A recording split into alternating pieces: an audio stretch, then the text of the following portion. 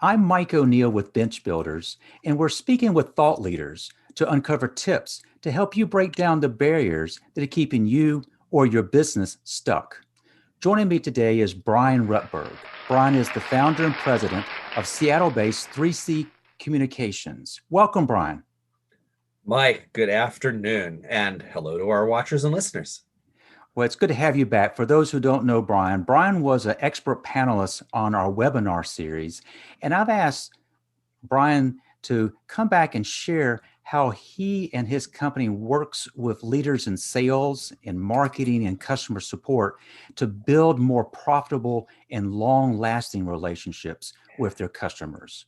And as we're thinking about how COVID has impacted our economy, it just strikes me, and I hope it strikes our listeners, of how critically important it is to be keenly aware of our customers and the value they bring. So let's just jump right in. Brian, the name of your business is 3C Communications. What does 3C stand for?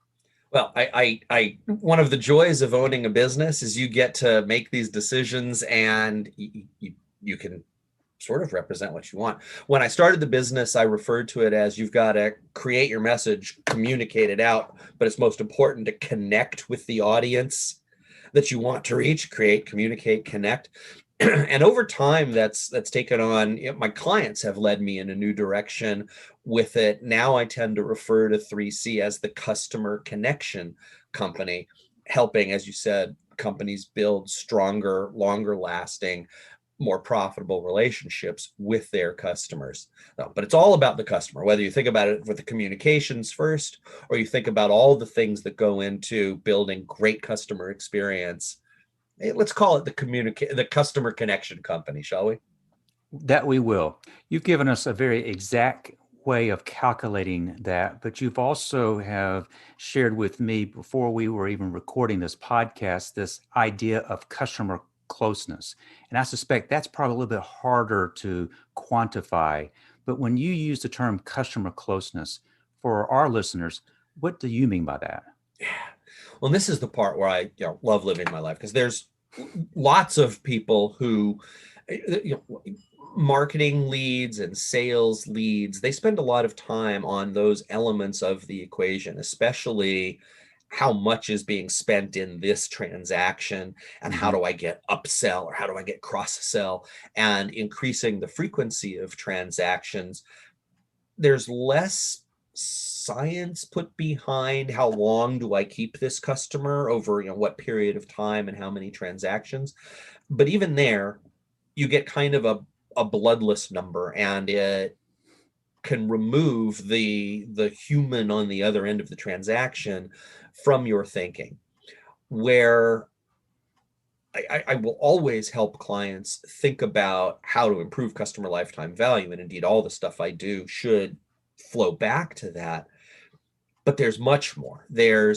If you're building customer closeness, you are building a relationship, and that relationship comes to fruition when a customer says, in a business to business world, yeah, I'll do a referral for you. I'll tell someone else they should do business with you, or I will serve as a reference for you. Or in the world of technology companies that I've spent a lot of my life in, I will be a member of your customer advisory board so you can get the voice of your customers deeper into your head as you're doing planning and strategy and thinking about how you're going to execute, and charting customer flows and customer journeys and the touch points that you get to make an impression with a customer. I've valued customers and clients based on, are they willing to come sit on a panel or speak at a conference and say nice things about me? Will they pick up the phone when I put a prospect in touch with them? And these are things that you can quantify by numbers. It's a little harder sometimes to quantify by value, but every single one of these things starts to answer the question that I ask when I go around the country. Used to go around the country doing lectures and corporate events, asking the question in a keynote, do your customers love you enough? Now, that's what I love to get at. It's how do you start to feel so passionate about a product, or how do you get your customer to feel so passionate about your product, your service, the underlying company, the way they get treated, that they will, in word, deed, and spend, demonstrate that love and feel like it's returned in a real way. There are folks who would like to continue this conversation with you. What's the best way for folks to reach you online? Yeah. 3C Communications has a website. It is 3ccoms.com. So 3ccoms.com. And through that, you can find the newsletter that I offer once to twice a month. You can find lots of information about the company and my philosophy on building customer engagement. And you'll see front and center that great question: do your customers love you enough? Come find me there, shoot me a note, and let's talk about how you can create more customer love in your environment. I want to encourage our listeners to do that very thing. Brian, thank you. My pleasure. Thank you to all who have paid attention here. And Mike, as always, thank you for your friendship and finding this topic as interesting as I do.